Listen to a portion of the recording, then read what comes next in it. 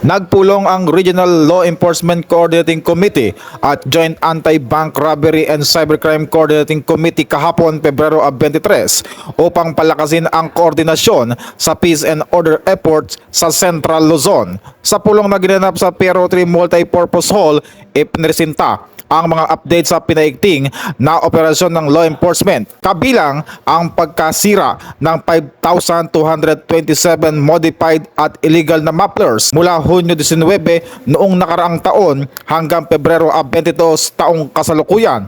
Ipinakita rin ang 4,000 loose at illegal firearms na nakumpiska at ligtas ng NAI account. Ayon kay Piero 3 Regional Director Police Brigadier General Ponce Rogelio Piñones Jr., ang tagumpay na ito ay patunay ng lakas ng koordinadong pamamahala. Binanggit din niya na ang inisyatibong ito ay alinsunod sa PNP Focus Agenda.